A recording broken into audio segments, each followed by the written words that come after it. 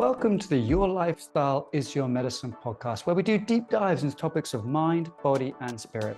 Through these conversations, you'll hear practical advice and effective strategies to improve your health and ultimately add health span to your lifespan. I'm Ed Paget. I'm an osteopath and exercise physiologist with a special interest in longevity. Now, do you know the difference between having a mold problem and having mold in your house? Did you know that having mold in your environment could be the cause of chronic health conditions and even the culprit holding you back from losing weight? Today's guest is Jason Earle. He's founder of GotMold and the MycoLab USA and an outspoken air quality crusader. Now, when he was young, Jason was allergic to nearly everything in his environment. Jason's asthma was so severe that he was initially diagnosed as having cystic fibrosis. Unfortunately, absenteeism due to battling the symptoms of Lyme disease and the asthma and his mother's suicide led him to drop out of high school at 16 and go and find work in a local gas station. Now, this could have been the end of his story, but through a fortunate turn of events, Jason found himself becoming a stockbroker on Wall Street, which led him to become the youngest licensed broker in history and earning a Guinness World Record at the age of just 17. So how did this Wall Street whiz kid end up becoming a mold expert? And what does this have to do with his early childhood growing up in a moldy farmhouse? Now, he'll explain all of this and more in today's episode. Jason has spent the last 20 years performing countless sick building investigations, solving many medical mysteries along the way, and helping thousands of families recover their health and peace of mind by discovering and treating mold problems. He's been featured on the Good Morning America show, Extreme Makeover, Home Editions, The Dr. Oz Show, Entrepreneur Wild, and he is featured in at least 2 college textbooks. Now, mold is a really important topic and it's not well understood in the health world. And I learned a lot from talking to Jason, and I'm sure you will too. But before we dive into that, I want to remind you that if you want my direct help with lifestyle coaching, and maybe you're too tired, you're in pain, maybe you're lacking drive, and the doctor said you just need to change your lifestyle, but you don't know where to start, send me an email, ed@edpaget.com, or visit my website, edpaget.com. And while you're there, you can also sign up for my weekly newsletter, packed full of great advice about using lifestyle medicine to add health span to your lifespan. It's time to get on with the show. Jason, welcome to the show. So good to be here.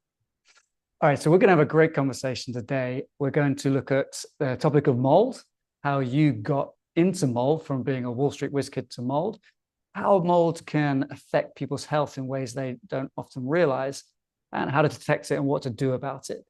Is there anything else you want to add into that before we get going? No, I think that's a great start. All right. So tell us, what is mold and why should we be worried about it? Well, mold is part of kingdom fungi, which is, by Paul Stamets' description, the Earth's immune system and communications network. So there's potentially a benevolent slant to this, although mold does evoke fear in the hearts of many. Mold is known as microfungi, up there with yeasts, as opposed to mushrooms, which are the macrofungi. Mold is often referred to as nature's great recycler. Its job is to turn dead plant matter back into dirt. So it's doing its job if it's doing that in your yard, not so much if it's doing it in your living room. Okay. Yeah, mold. We actually had a lecture on mold in our osteopathic training, but it wasn't anything to do with mold breaking stuff down. It was really interesting. It was to do with when you expose mold to an anesthetic, it freezes. I don't know if you've heard this. It's called slime mold. Does this. And when the anesthetic wears off, the mold pulses again, or it moves in a pulsation. And the rhythm of the pulsation is the same as our craniosacral rhythm. And the time it takes for the mold to wear off is the same time it takes for, the analgesic to wear off is the same time it takes for it to wear off in humans. So there's this kind of weird connection between the rhythm of slime mold, the most ancient thing on the planet, and our cerebral spinal fluid mechanisms in the body. Wow, that's fascinating. That is a first for me. I'm always amazed at our relationship with mold or fungi in general, because in fact we are genetically more closely related to fungi than we are bacteria, which is part of the reason why antibiotics work well on us and why antifungal medications can actually be very harmful for us. So it does not surprise me that you'd see similar rhythms. Let's put it that way. Okay. All right. So that's what mold is. And why is that detrimental to be in our households? Well, mold is really a tool of decay. It's a function of decay. And so if you think about us on an evolutionary basis, most people recoil viscerally from the smell or the presence of feces, vomit, or dead animals, rotting animals, right? There's a visceral repulsion to that. And mold is the precursor to real decay and rot. And so if you dial it all the way back, it's no surprise that we have a visceral and immune response to the metabolic activities of fungi growing indoors. And so the other thing is that molds, as it's growing, the spores. So there's really three fundamentally important components to mold. This is a hyper simplification for conversation purposes, but essentially you have spores, which are the hardy reproductive capsules that are kind of seed-like, that break free, become airborne, and go forth and prosper. Their job is to go find a place where it's going to get wet and damp, and then they're going to proliferate. Then you also have the mycotoxins, which get a lot of the headlines, but disproportionately so, because only about 100 or so of the 100,000 species actually produce these chemical toxins that are actually to inhibit growth of other microorganisms, but also because, like I said before, we're closely related to fungi. They can also have a adverse impact on our health. And then thirdly, there's the microbial gases, and this is they're called MVOCs. That's microbial volatile organic compounds, and most of us are familiar with VOCs, specifically the man-made ones, which are unfortunately abundant in modern buildings, paints, finishes, personal care products, cleaners. Many of them emit VOCs or comprise of VOCs. And so the microbes make them too. In fact, microbes make VOCs that are very similar to industrial solvents, almost identical to the man-made ones in many cases.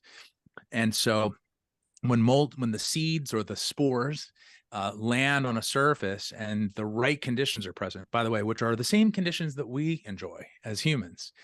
So mold just likes to hang out with us. The spores are waiting for the stars to be in alignment, like a combination lock, where you've got the right temperature, you've got a food source, a nutrition source, which is basically what we build our buildings out of, which we can dig into more a little bit later. We essentially build buildings out of mold food. And then you got to have the right temperature. You've got to have oxygen. These are aerobic organisms, contrary to popular opinion, people who think that they're going to growing in their gut and stuff. This is a false narrative. And then, of course, you have to have the right amount of moisture. And of all of those things, the only thing that really is variable that we can control is moisture.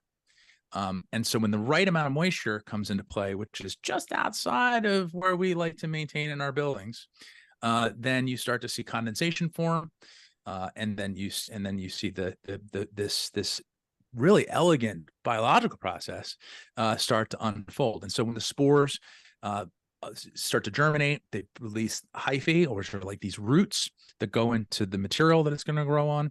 And then they start to release enzymes. And so they digest what they're eating outside of themselves, right? They don't have a stomach like we do. They digest outside. And when it's extracting the nutrition that it's seeking, it's also digesting and releasing digestive gases. And, without being crude, essentially, these microbial gases are like mold farts, right? They are releasing their digestive. And by the way, the microbial our gases are also microbial gases. We don't really digest our food so much as we have an ancient partnership with these critters who do most of the digestion for us. I would argue that we're more like ambulatory composters than we are digestive organisms. And so these gases that are produced are emerging as a primary source of mold-related illness in current research.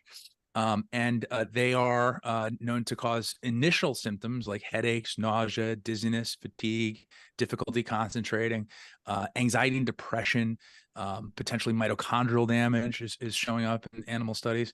This is the musty smell, to just bring it to the simplest term. The musty smell which has long been considered an aesthetic nuisance, is actually a health hazard, and can cause in chronic exposures can even lead to things like chemical sensitivities, and so it's and chronic inflammation. So when you think about the way this can cause adverse health effects, I like to say that if you're sucking on the tailpipe of any organism long enough, you're probably not going to feel well, right? Mm-hmm. And so that's really what we're dealing with here. Is you're dealing with the exhaust of an organism that's doing its best to eat your house. And the biggest problem that we have now in our society, and this has been a slow process. It began with around World War II, with the baby boomers and the demand for cheap and fast construction materials to build the houses that were necessary. We began building buildings out of paper mache, and when drywall was first rolled out, and then we began tightening up the houses in the 70s due to the fuel crisis, and so we began having less and less air exchange to save energy, and and then we started painting our walls with toxic chemicals and floor finishes. But while we're doing this tightening up, we're also reducing air exchange. When the buildings get wet now, the mold growth and those byproducts, the digestive byproducts, the mycotoxins and the MVOCs and the spores accumulate indoors. And it's always fun to kind of look back and say, well, why is that really a problem? Well, in recent past, we've also stopped going out of our buildings. We spend 90% of our time indoors. Yeah. It used to be that we spent 90% of our time indoors, and we'd go from building to building. We'd go from our house to the car, and the car, indoor air in your car is still indoors. And then the workplace. Now we don't even leave the building. We just stay in the same place, and we breathe 13 to 15 times a minute. And if you do the math, that's 20,000 times a day. It's extraordinary. And if you think about the volume of air in total, I've done the math on this and done the actual experiments. You breathe about 30 pounds of air a day, 30 pounds of air. And that's remarkable, because if you drink 8-ounce glasses of water, that's half a gallon. That's 4 pounds. If you eat 3 meals, and many of your listeners probably intermittent fast, but if you eat 3 big meals, you might eat 4 pounds of food. So you're talking about air being your largest environmental exposure by 7-fold. It's remarkable. Yet this is a blind spot. And people often ask me, why do you think that is? Well, if I think somebody said once that if whoever discovered water, it wasn't a fish, right? And so we have a problem with this. We can't see past the tip of our nose. Is hiding in plain sight.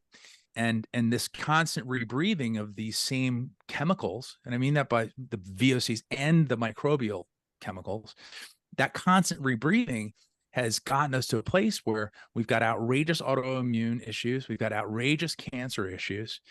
Everyone's looking at food and water as a primary cause.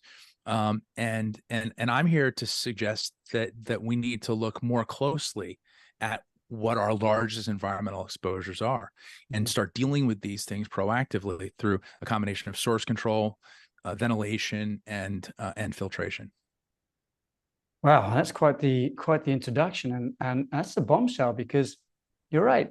Even in the world of functional medicine or lifestyle medicine as well, we look at nutrition and we look at food. We may look at water if we're into the more sort of the liquid aspect of things, but we're certainly not looking at air. And to have that, in pounds, like 30 pounds, that's a huge amount of air we're breathing in every day. And I think from a government point of view, they're aware of pollution being a problem in the main cities, but we're not aware of pollution in our homes coming from organic sources. And when you did that sort of introduction there, I've actually had people talk to me on this podcast before about mold, and we didn't really get into the MVOCs. We more talked about the spores being a problem, and I wasn't even aware these MVOCs were a problem. How does the gas interact with our nervous system? How does the gas cause these problems in the body? Well, sure. And I'll actually rewind a bit on this, because this was a series of awakenings for me about this. I when I was a kid and I moved out of the moldy house and my symptoms went away, it was chalked up to adolescent remission. So I just went on with my life. My mother 2 years later committed suicide. Never thought about that in the context of how our buildings may be related to this. But then fast forward, I got into the mold business and the healthy home business. And in 2008, Brown University did a remarkable study. It was rather large, involved 6,000 participants. And they were curious about the potential connection between mold and dampness indoors and depression. They were actually trying to debunk a study that was done at Oxford University. And what they ended up doing was confirming the findings. And so what they did was they asked these participants whether or not they had a mold problem, unresolved. And then they also inquired about their general well-being through a quality of life questionnaire. And they found a very strong correlation between mold and dampness indoors and depression. Now, they stopped short of pinning the tail on the donkey and saying mold causes depression, because that was not the purpose of the study. In fact, what they did was ended up asking a lot of questions afterwards. For example, was this due to a disempowerment, right? People who know they have a mold problem and haven't fixed it. There might be a lot going on there. Financial issues. They might not be in control of the building because their husband or wife or boss or landlord, whatever the case may be. And then they also asked, is there actually a chemical or a biological connection? And so they stopped short of being able to answer that. But what that did was get the wheels in motion, and began to get researchers looking at what this relationship might be. And in just a few years later, now my mold inspection business, the first name of the company was Lab Results, because we use Labrador retrievers trained to sniff out hidden mold in buildings and laboratory testing, and we thought that was cute. Very clever. And we got a lot of national press as a result of our nifty use of rescued, highly trained Labrador retrievers. And so one day I got a phone call from Dr. Joan Bennett, who's a fungal geneticist and mold researcher at Rutgers University. And she said, I read a story about you and your dog. I'd like to meet your dog. It's okay if you come too. And so I lived in Princeton at the time, and she was just up in New Brunswick, just a couple of exits up Route 1. So we drove up and did a little demonstration for her, and then she began to show me her research. And what she had done, this is in response to her actually having a mold exposure down in New Orleans. She had a house down in New Orleans. She was a teacher, a professor at Tulane. Hurricane Katrina came through. They were evacuated. She went back to investigate the house and see what had happened to the house, being just a curious researcher. She went with a backpack full of sampling equipment and an N95 respirator. She walked in knowing that the N95 respirator will stop spores and stop mycotoxins, because mycotoxins actually have to have a carrier particle. They can't go, they're not airborne by themselves. They're not volatile. So they're sort of sticky substances. And so they become airborne on the spores. And so an N95 respirator, which we're all familiar with from COVID, will arrest those particles. But as she's going through her house, she notices a very strong smell coming through. And she recognized it clearly as the musty smell, that very dank but very dense odor. And she had to take a few breaks before she was able to finish her inspection. And ultimately she fell ill. She was sick for a spell afterwards. And this really got her thinking, because she had testified as an expert witness in defense of insurance companies who had been sued for mold-related illness. And she thought, maybe I got this wrong, because she had said you can't inhale enough mycotoxins. That was her thesis. This mycotoxin through air exposure doesn't seem to hold up. And so now she started to think, well, geez, maybe it was this musty smell. So she went back to the lab and began isolating chemicals and figuring out what she could actually procure.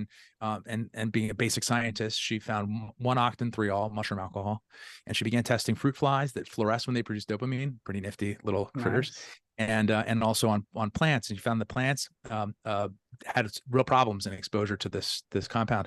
But the fruit flies were fascinating, because they, first of all, stopped producing dopamine. They also stopped reproducing. They also stopped flying to the light, which is their instinctive nature, and instead started flying down, developed locomotor disorder, the way she characterized it, and Parkinsonian-like symptoms. She can, at later subsequent studies found that mitochondrial damage and premature death to be also very common. And so she essentially decided that these should not be called microbial volatile organic compounds, but volatoxins. She identified that these are neurotoxic. And so this opened up a completely different thought process around the idea that toxic mold is relegated to the few toxin-producing species. And this actually shows that all mold growth indoors of significance can lead to toxicity. This is a remarkable finding. And it also explains why you can have mold-related illness in buildings where those toxigenic species do not exist. This is a very common thing that I've seen over the last 21 years doing thousands of assessments. And so this also connected the dots for me between my mother's early demise, the Brown University study, and this very strong correlation, and these animal studies. And so now we have yet to get this out into the zeitgeist, right? Which is part of the reason why these conversations are so important. Exactly. But make no mistake, the microbial VOCs are neurotoxic, and they are gaseous, which means that they become airborne and stay airborne, and they disperse in the air much more evenly than spores and other particles do. And they can come through the walls where spores can't and mycotoxins can't. So that explains why hidden mold growth or sequestered in a space can actually have severe health implications. That's fascinating. And just as a quick aside, you would have thought that a fruit fly, which seeks out rotting fruit, would have some sort of natural immunity to the mycotoxins produced by the rotting fruit. Or, you know, assuming it's the same stuff. I don't know. That's just one would think. Yeah, one would think. A little aside. Okay, so she's done this research. She asked you to come up and with your dog, or asked your dog to come up with you. What was the outcome of that? Why was she interested in you? Well, the dogs are trained to sniff out the source of that musty smell. So that's their the way they're trained is to find the source of that odor, and that odor is the musty smell. So for her, it brought it all the way around, because what was happening for us when we were doing all these inspections was we were going into homes that were the inspections were primarily driven by a health concern, and we were doing lots of testing, of course, and a very detailed physical inspection. And the dogs would find hidden mold where we would drill into walls, pull out air samples, and we would often find huge infestations that were not showing up in standard air sampling, but the people were experiencing major health issues. And then when they got remediated, the spore counts and everything else seemed to be about the same in the ambient air, but the musty smell had gone away, and so did the symptoms. And so as I began sharing these things with her, we started having sort of a meeting of the minds, and recognizing that the information, the knowledge, the wisdom this needs to get out, because again, there's a hyper focus on spores, and also a hyper focus on mycotoxins, and this leaves out probably the most important aspect of mold growth indoors. Now, I'm going to ask this because I'm sure some of my listeners will be thinking, well, what about the dog?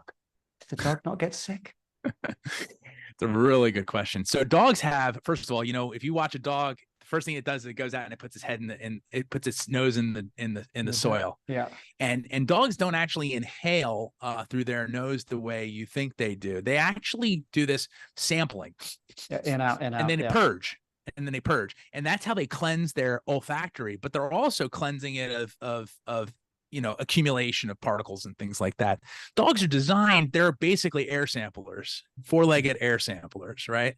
And so no, dogs don't actually. Now I should also mention that if we go into a building where there's visible mold, we wouldn't use a dog, because you don't need a dog, right? Yeah. You don't need a dog for visible mold. And we would never bring her into a space where there was any sort of hazard, you know, construction site, or if there were distractions that were insurmountable, you know, parakeets or litter boxes or bowls of dog, you know, these things were, we would control the environment before we brought them in.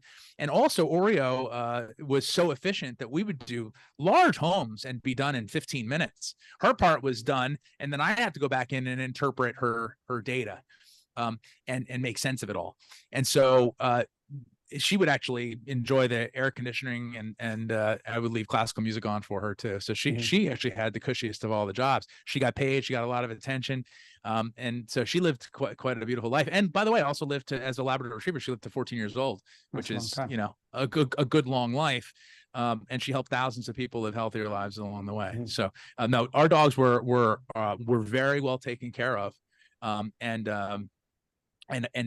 we all we did was use their innate biology in order to just sort of refocus their attention on this thing which they were compensated with love and food for. So no, the dogs were not at risk, and they were certainly never harmed. No, I'm sure they weren't. Okay, so you've gone through this process with the dogs, and then from there you developed some different testing with the labs as well. Is that correct? That's correct. Did that replace the dogs? Well, so unfortunately, we'll never be able to replace the dogs. And we are working on some devices and some technology around the microbial gases.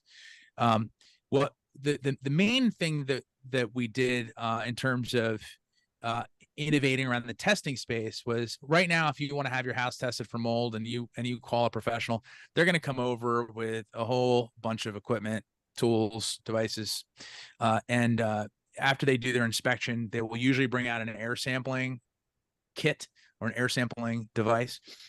It's a vacuum pump, and it pulls air through a spore trap. So a spore trap is a precision engineered cassette that looks just like this for the people who are watching us.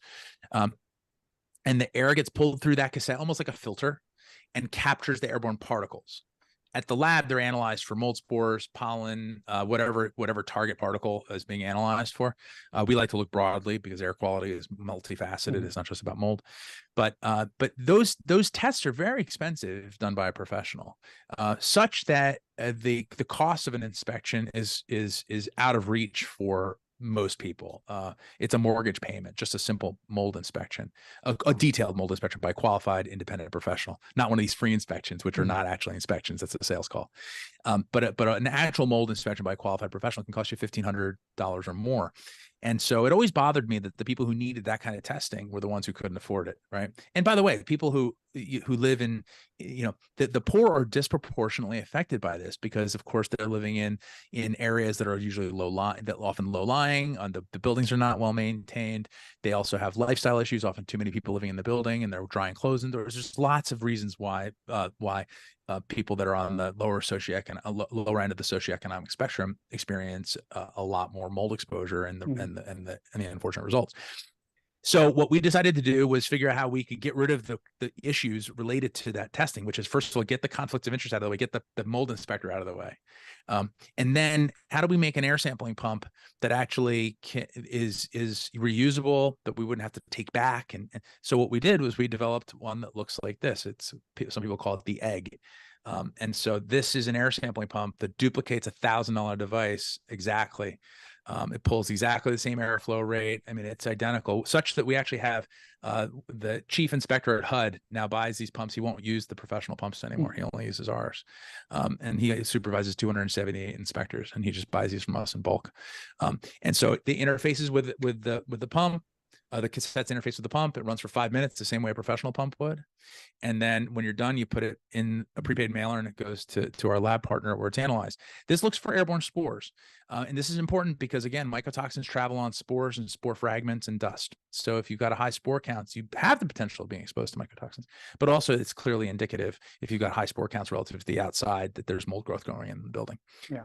On the other side, there's VOC testing. We don't offer that. There's a company that called Enthalpy Labs that does MVOC testing, and we partner with them. And our test kit and their test kit go together like peanut butter and jelly. Well, that's interesting that you mentioned peanut butter, because as I understand it, you're doing a mold summit soon or next year. And in there, you're going to be talking about some of the common myths with mold exposure. And one of the myths is that the focus is on what's in our house, exactly what we've been talking about, right? And testing the house and so on and so on. But there's as I understand it, there's another area that is commonly missed. Can you tell us a little bit about that? Indeed. And thank you for bringing that up. we get calls, emails, social media, DMs every day, sometimes dozens a day, with people saying, I have a mycotoxin urine test that says that I have mold in my body. And so I'm looking to find out if your test can find the one that makes ochratoxin A or vomitoxin or any of these toxins.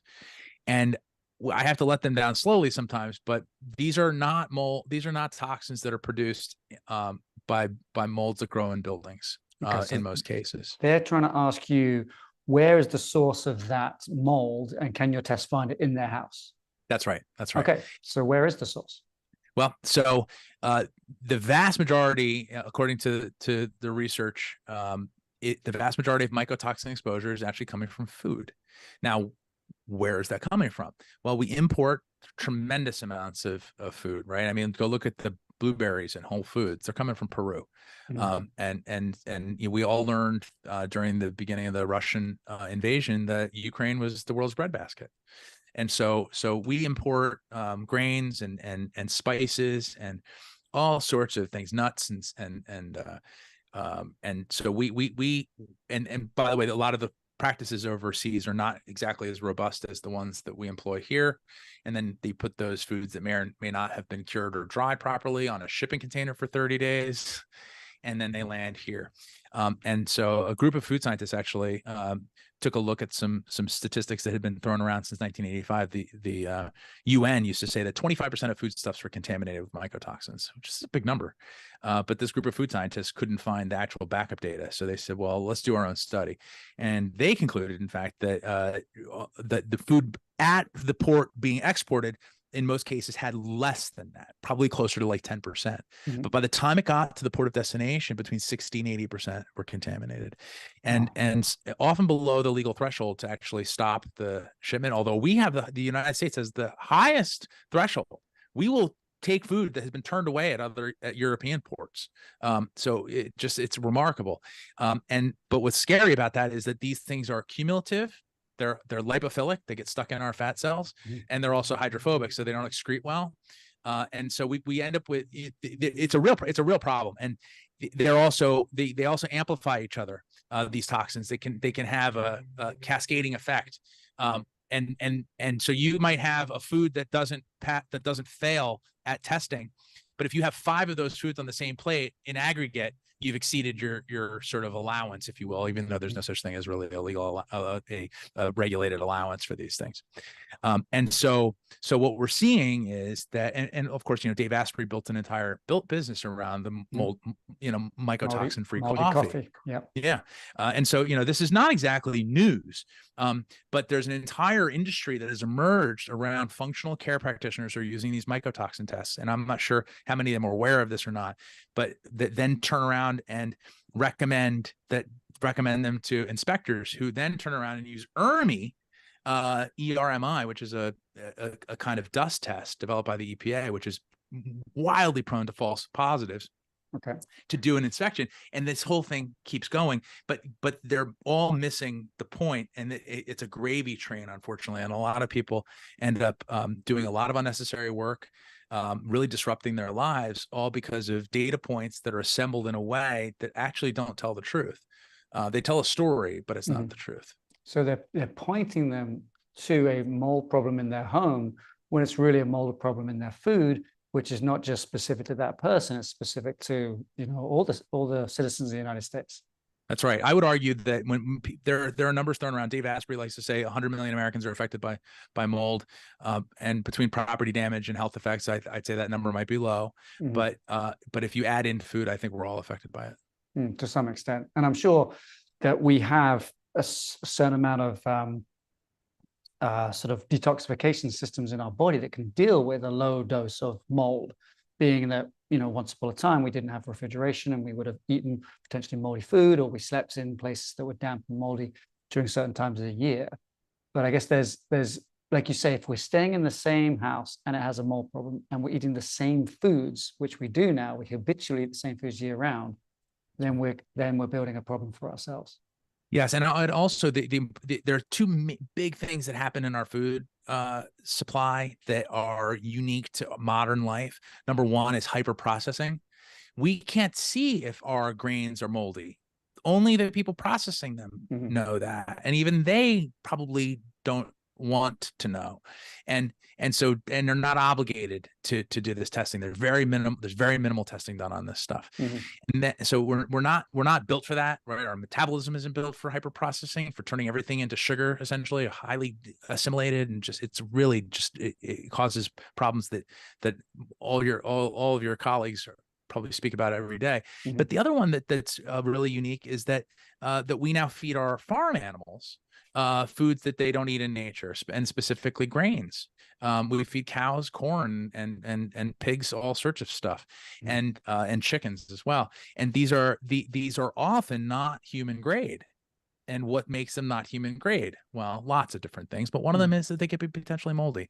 And so there you end up with carryover effect, which is where animals eat moldy grains. It goes into their, like I said, they're lipophilic. They go into fat. So lipo meaning fat and philic meaning love. So they love the fat, and so they get stuck in the fat cells. And so you see this with conventional dairy is a big problem. Conventional meats in general are a big problem. And so it's not just the grains, sugars and grains and processed foods. It's not just the peanut butter, which you very artfully segued us into this conversation with. But it's much broader than that. And it's hiding in things that you would never think, like that delicious steak with Bordelaise sauce, right? Potentially be in both the steak and the sauce. And so we ingest these things. And how does that affect us? And does this make us fat as well? It has all sorts of potential ramifications, right? I'm not a doctor, I've never even played one on TV, but what we see consistently is that that these mycotoxins, I mean, there's a wide variety of them. Some of them make you fat, some of them make you skinny, right? Some people can't sleep, some people can't get out of bed. A lot of emotional dysregulation. Some of these are carcinogenic, mutagenic. And so some of them are hemorrhagic and it causes blood vessels to burst. These are specifically with the trichothecenes are hemorrhagic. And so, that can lead to all sorts of issues in our digestive system and our bloodstream. You think about things like aneurysms and strokes and all these kinds of really scary things. Who knows how much these toxins might be involved in that? And we're already overloaded. Our livers are, generally speaking, very overloaded because of the VOC exposure in buildings, right? We all know that drinking alcohol taxes your liver. Alcohol is a VOC. Well, when you're breathing this stuff, it's also being processed in your liver. And so we overload our liver, and then the mycotoxins we're taking in with these hyper-processed foods and these unnatural, conventional meats, especially, we're just piling on. And so the symptoms are wide ranging, but I would argue that most autoimmune disease is a byproduct of this overload, this allostatic load, but it's cumulative, and there's no way to say that it's mycotoxins, MVOCs, VOCs, right? This is like a snowball at the bottom of a hill. You can't really figure out what came from where, but it's a mess. And so it's what I try to suggest is that people become air aware, but also food aware, and just try to make better decisions most of the time, because you're not going to truly be able to avoid any of this stuff. It's so embedded in our buildings and our food supply, but you can make better decisions most of the time. And what I find is that people who do that tend to get better. Okay, so now you scared the pants off most of us, but let's think about what we can do about this. So there's food things that we can do, and I don't think that's the within the scope of this particular episode to talk about it. But you mentioned a few things. But let's bring this bit back to a person's house. So how would a person be alert to the fact that they may have mold? Can you tell us, like, right from the visible to the invisible, how do they know to get a test? Sure. Well, I boil it down to if you see something, smell something, or feel something, do something. And so to sort of unpack those a little bit, if you see something, we're always looking for moisture, signs of moisture. So that's blistering paint, stains, discoloration, trim pulling away from the wall, water bugs, rust, right? Any indication of excess dampness in the building or any signs of moisture. And that also means looking outside the house too. Do you have puddling and ponding in the yard, right? Is your landscaping soggy? Are you overwatering, which a lot of people do? And then so you just, it's the vigilance here revolves around maintaining a normal moisture level in and around your home. And then it's also maintenance, right? If you see your siding is an issue, or if the grout around your tub or shower is missing, that's clearly a red flag that moisture can and probably will get through there. And I've seen amazing amounts of mold behind tiles that look pretty good, but there's a missing piece of grout. I've seen tub and shower rotting out inside and everything looks beautiful, but there's a missing piece of grout or caulk. So that's see something. If you smell something, of course, by the way, visible mold, right? So, well, it's quite common in bathrooms, or where I grew up in the UK anyway, where it's pretty damp.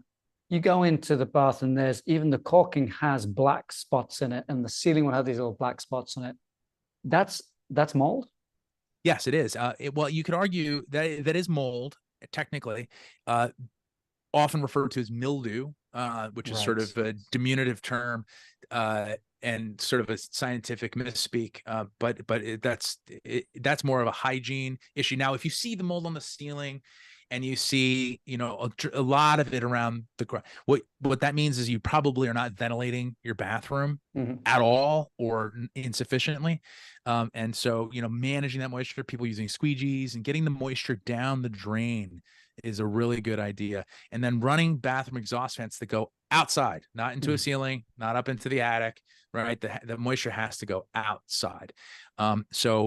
We get a lot of calls for that. But again, I'm more concerned about missing grout and caulk than I am about mold on grout and caulk, because that's more of a hygiene issue. Okay. And by the way, mold is growing not on the grout or the caulk. It's actually growing on the soap residue.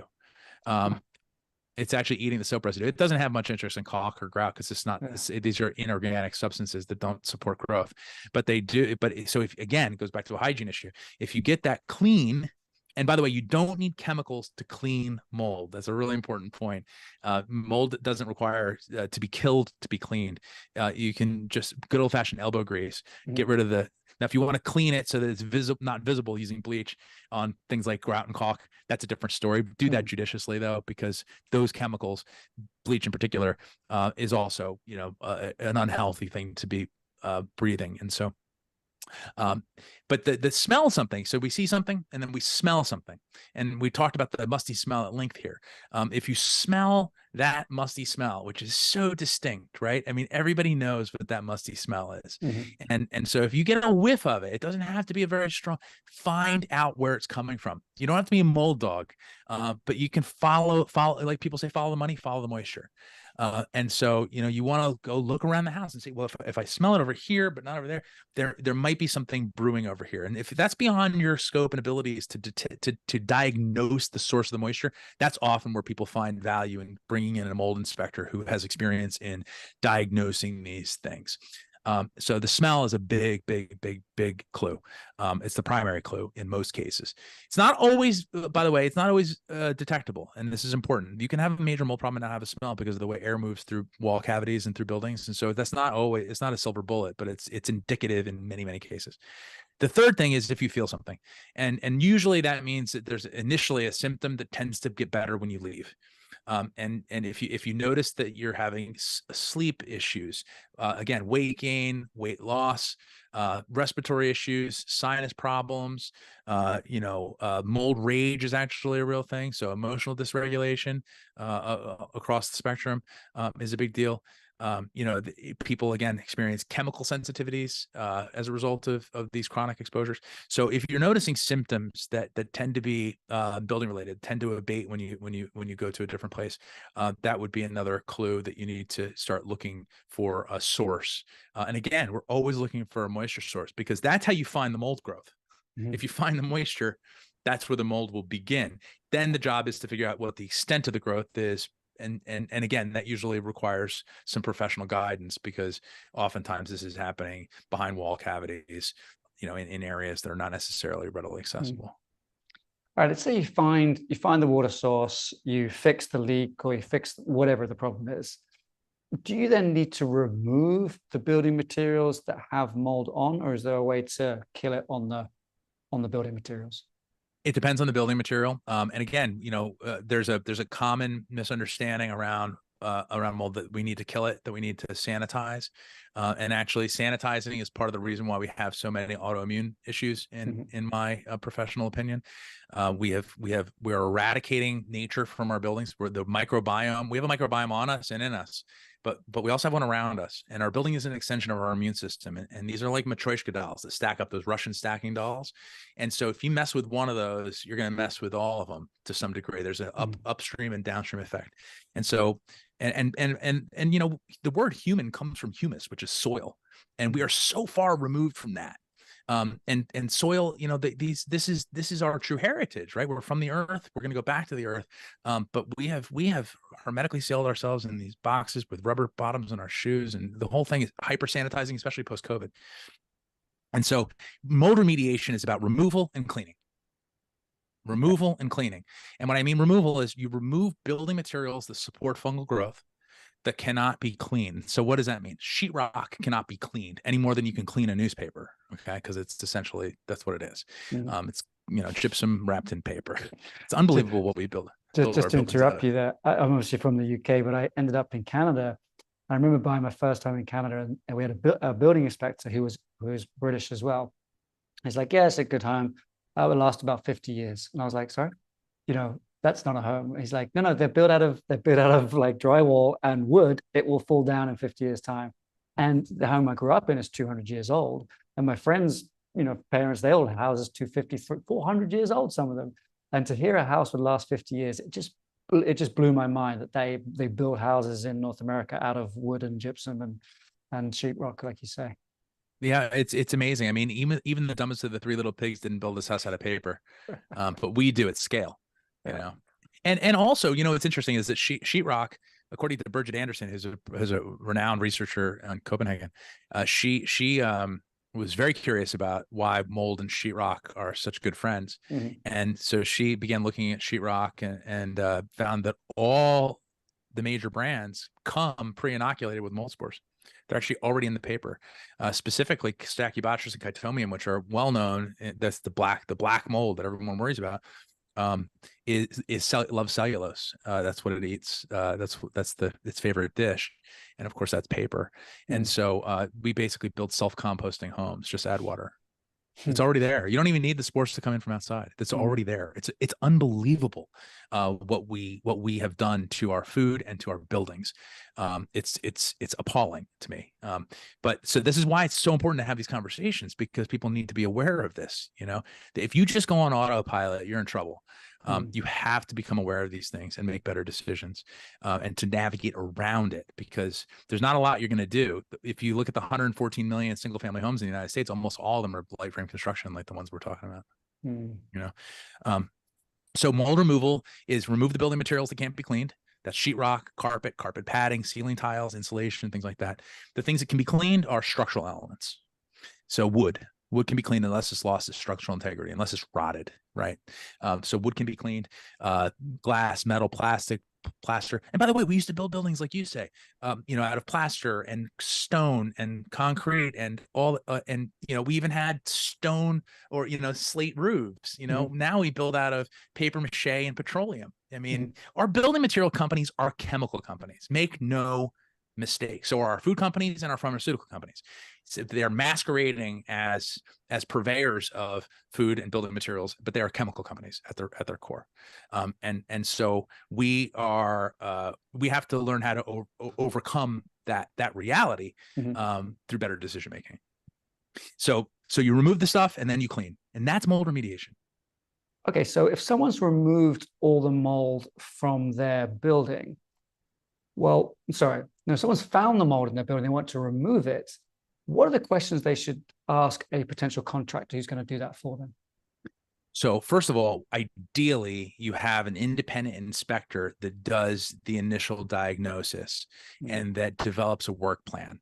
The way this should work, the same way lead paint and asbestos work, is that you've got a sort of a Chinese wall between the two, and so they do the inspection, the testing, the initial testing, and then develop a remediation plan, and then you go find the contractors. Now, the contractors need to be certified in the IICRC S520 mold remediation standard. It's a mouthful.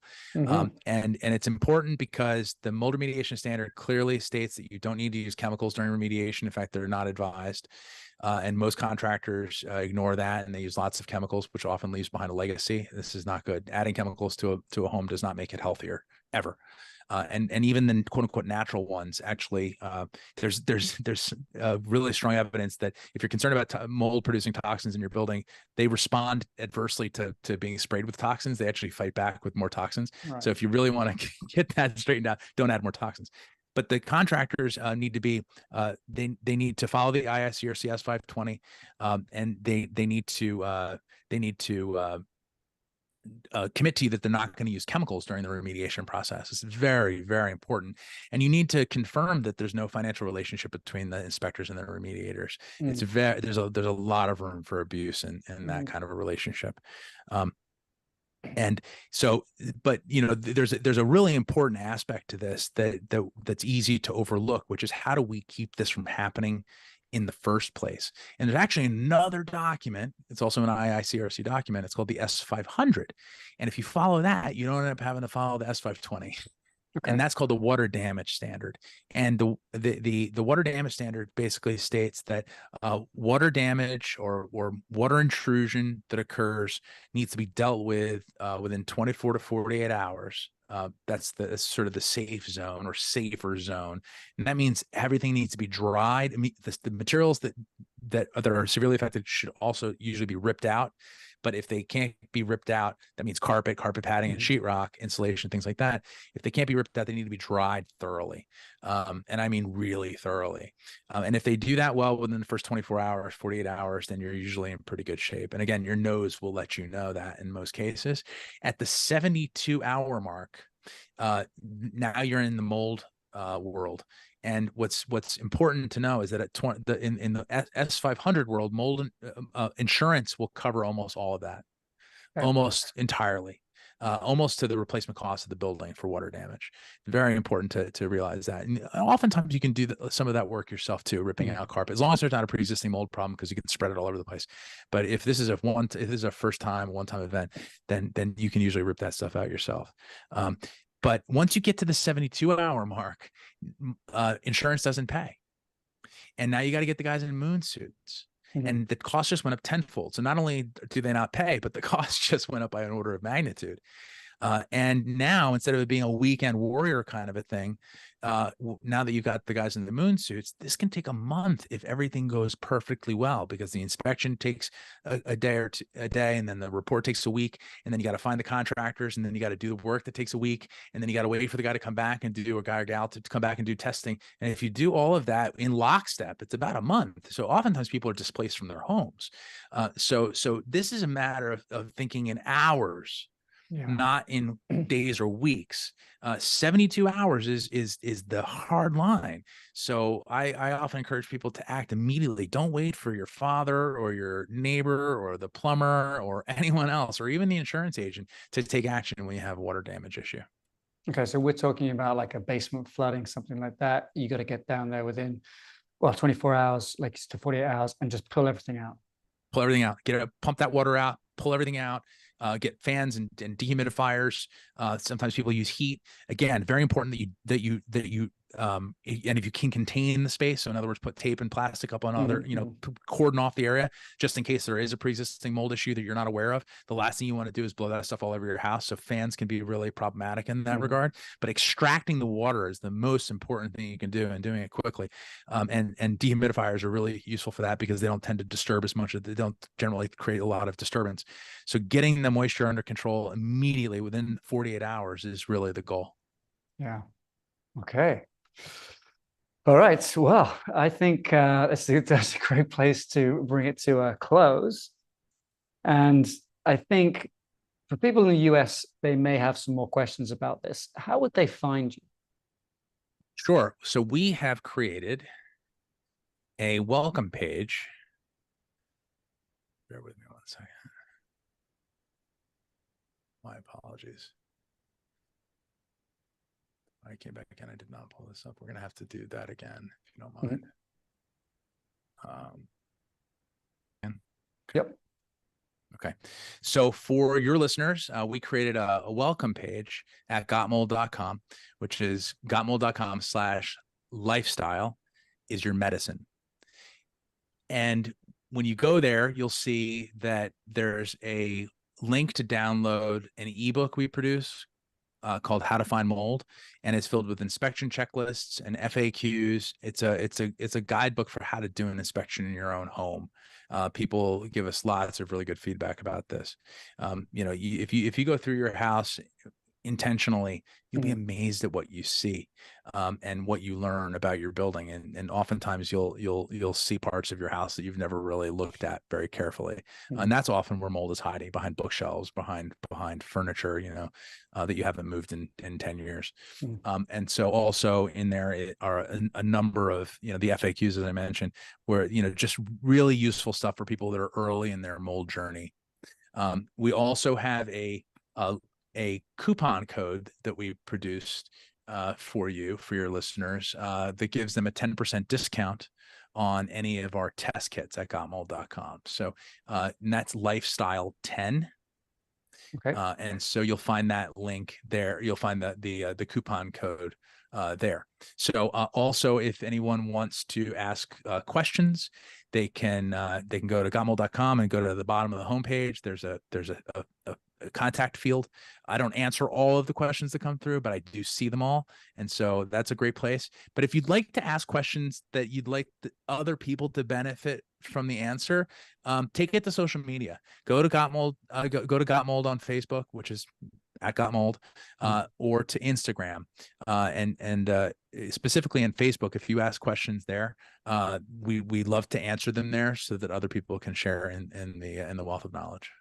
All right, thank you very much, Jason. I'll put all that in the show notes as well, and people can find that link and find your social media handles to find you and to ask questions to you there. Thank you very much. Thank you. Thank you for joining me in my conversation with Jason Earle. If you've enjoyed listening to and learning from this podcast, please leave a comment, and also you can leave a suggestion for a future podcast guest that you would like us to feature. If you're on Apple, you can leave us a comment and a 5-star review if you're so inclined. Remember, if you want my direct help, send me an email, ed@edpaget.com, or visit my website, edpaget.com. Now, while you're there, you'll learn a little bit more about how I can help you make your lifestyle your medicine.